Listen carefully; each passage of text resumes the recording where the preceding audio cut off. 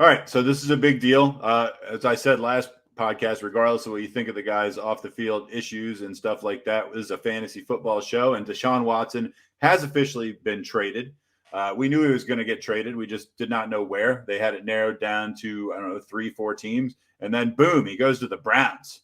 And this certainly makes a big impact for a lot of guys, chief of which, Amari Cooper. I mean, at least that's the most obvious fantasy guy right away, who we basically had condemned to fantasy hell, just a week ago because his situation looked totally terrible. All of a sudden, not so bad, right?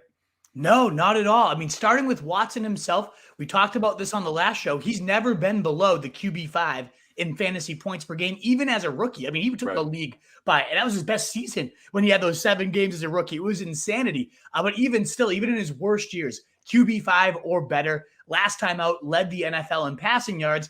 And this seems like maybe the least ideal of situations with the Browns throwing it, 28th. We talked about how it was such a bad situation for Cooper last week because of how low the passing volume is for the Browns, 28th, 30th, 29th in pass attempts.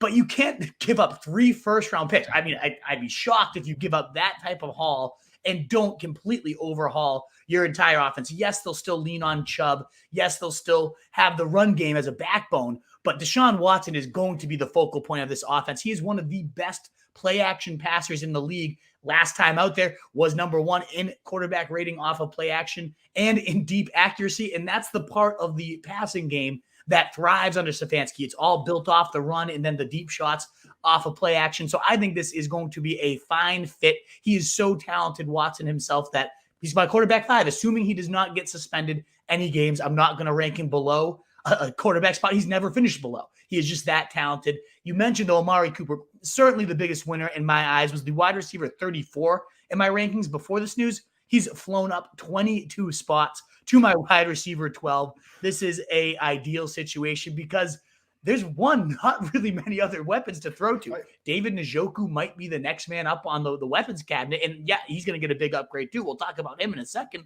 But the leading receiver on this team last year was Donovan Peoples-Jones with 595 yards.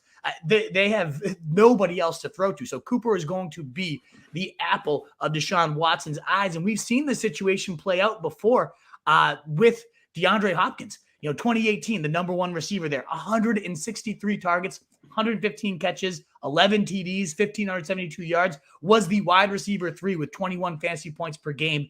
We also saw the next year, 150 targets, 104 yards, 7 touchdowns, 1,165 yards, the wide receiver 4, 17.9 points per game. Now, that's DeAndre Hopkins. That's DeAndre Hopkins. I mean, right. It's a good data point. Amari Cooper's not DeAndre Hopkins.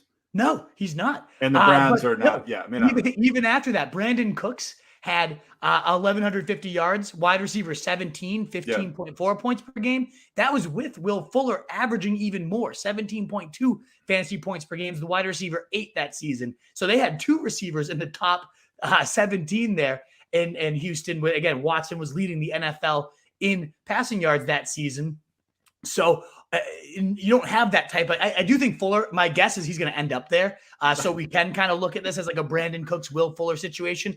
I think Cooper, again, he's now my wide receiver 12, has to be considered a wide receiver 1 because every single year, Watson's had at least 1 receiver finish in the top 10 in fantasy points per game. That is definitely going to be Cooper, even if Fuller or Landry or someone else ends up here. I love Amari Cooper's situation. Yeah, I love him. I don't think I love him as much as you do. I don't think I criticize your rankings sometimes. And then when you go down, I'm like, I'm off by like 1. When you said Brandon Cooks, wide receiver 17, that's kind of maybe more around where I would see Cooper. However, it's not a huge difference. And it's certainly higher than you had him before Deshaun Watson showed up. David, and a similar huge, literally like cutting his tight end number in half. David Njoku had him as your tight end 27, now 13. So, I mean, from someone who could not have been more relevant to, probably a starter. Exactly. The team has loved 2 tight end sets, and I don't think they'll move necessarily away from that, but they would just cannibalize each other's fantasy value all the time. If that's been the kind of the case, that's why he hasn't broken out. Well, now they got rid of Austin Hooper, so he's out of the way. And I know it's like Austin Hooper, that should not be the precipice to a fantasy breakout is getting rid of him, but it is a mouth that was getting a ton of targets for whatever reason. Now Njoku is the clear-cut number one tight end with really nobody else. Harrison Bryant, the next closest. And David Njoku is a whole different level of freak.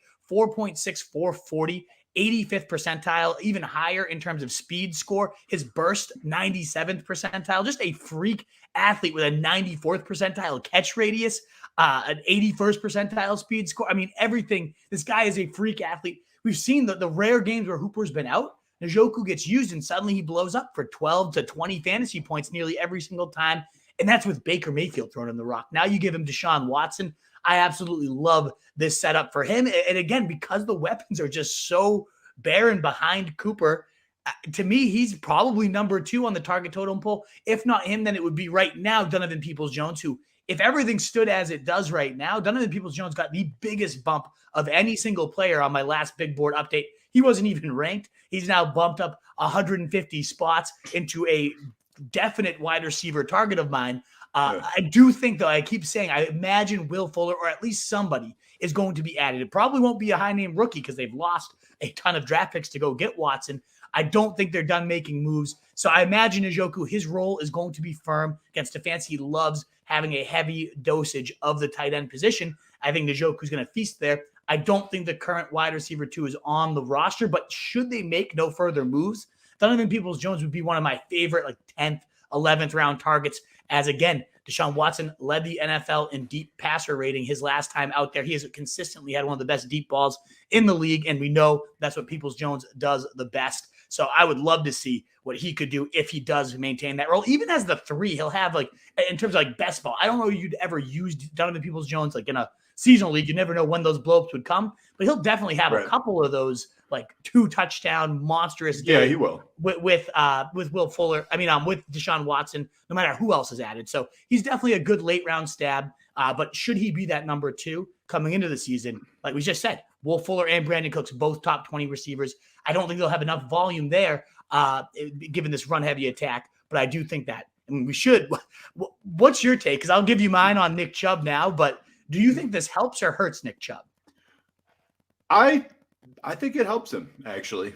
I think that, he's clearly a top 10 guy.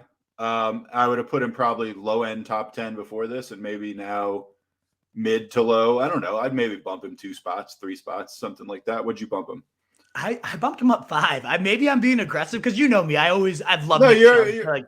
I've been the biggest. And you're aggressive. That's your fantasy brand. I am. I mean, but you think about what this guy has done. The line is still 99% intact. They released Treader. I don't know why, but either way, they still have all the big guys coming back up front besides him.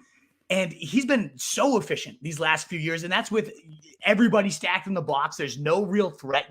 Baker Mayfield wasn't doing shit, and they still just pounded it down teams' throats. Now you have Deshaun Watson. How do you stack the box when you have Deshaun Watson at QB? So the quality of looks is going to go up completely. It's going to be by far the most open lanes Nick Chubb has ever seen. I think he's going to, maybe the volume goes down. And this is I got a lot of shit on Twitter because I'm going to bump him up 5 spots. And, if they ever release Kareem Hunt, he'd be my number 1 running back above everybody. And people went nuts on that one. But I truly think that, the only limit to his appeal for me is obviously the lack of pass catching upside. Should Hunt remain on the roster, it's going to be capped in that sense. But I still think Chubb would belong in the first round, given I think he scores 20 touchdowns if Deshaun Watson's, there. And he obviously is there. So the amount of scoring opportunities, the open lanes, all that is going to be a huge boon for him. It's definitely a boost up for Hunt in that sense too, because he's often been a closer in games. I don't understand why he often gets, random attempts at the stripe. And he was a top 15 guy just 2 seasons ago when he was fully healthy. Him and Chubb were both. I'll tell you what, I would be taking a late round stab on Dearness Johnson, absolutely, just on and possibly by the time the drafts roll around, it won't be a late round stab because some more pieces could have fallen into place. But me, I like that guy a lot, and I can see him getting some burn. Call in the sense of his handcuff upside is just that much higher. We already saw it. He was averaging nearly 20 points per game in his starts last year. If something happened to Chubb, he would go through the roof. And again, I brought up Kareem Hunt. It's always that speculation. Is he going to get released? Is he going to trade? And it never really makes sense to speculate on that until now with the cap hit. Now that they've traded for Deshaun Watson and given him so much money, they are pretty strapped here. So this is one of the off seasons. Usually when people speculate oh, what's going to happen if Chubb, is the only guy and Hunt is released? I kind of shut it down because they love Hunt, gave him a good contract, but they don't have a ton of money anymore. Right. He could be a cap casualty. A lot of the high name beat writers over there for Cleveland are speculating Hunt could be released, in which case, like you said, D'Ernest to the moon himself, but also Nick Chubb might be my number one overall player at that point. Well, I'll tell you who does have a lot of money: Deshaun Watson. Yes. And sure one more thing before we move on, because we went a little longer on that than I thought we would, but that's obviously it's the biggest story in the NFL right now. So I mean, you'll have to excuse us, folks. But here's my next follow-up real football question: how surprised would you be if the Browns finish in the last place in this division? I'd be pretty surprised. Would you really? Because I would not. I mean, look at who he's competing with. I know Burrow, obviously the Bengals and Burrow, and we'll talk about the line upgrades they've made. Like, they're the number one team, and it's not even close in that division. I agree. Who else do they really like? The Steelers and Trubisky? Come on. Like, I know the Steelers are a winning. They one thing the Steelers do is win. And they won last year with one of the worst quarterbacks I've ever seen. Like, that guy was horrendous. Trubisky is better than Ben Roethlisberger last year. And the Steelers made the playoffs. I can't believe it. It's true what I'm saying. Like, I don't feel like they've had a losing record in like 15 years. It's just like, I feel like you count them out kind of at your own peril. They have an excellent coaching staff and stuff. I don't know. It's not like I'd be shocked. With the Ravens too, honestly. Yeah, I know. That's why I'm asking. Game. If you told me, if I said to you, hey man, the Browns are 4th in the division, like, how shocked would you be? I wouldn't be shocked. Exactly. I mean, it is kind of crazy to think like you get this big name quarterback and that's the only missing piece, right? I do believe in Stefanski. I believe in all the weapons around him. It's a tough division. It is a really tough division. Look at some of these AFC divisions, man. I was just going to say, like, it's crazy to think that this division, the more we talk about it, I'm like, wow, this is a pretty low division, and it's not even close to the best division in the AFC right now. No, it's like I look at the AFC, what is it, the North? Yeah. I look at this division, and it's like a super, at least in my mind, competitive division. It's not like, I think, beyond the Bengals, I don't think any of those other teams are, like, elite, but they could all be winning teams. And so, like, they're all going to be fighting with each other to see who comes out. I mean, I think the AFC West has a higher ceiling, but also competitive.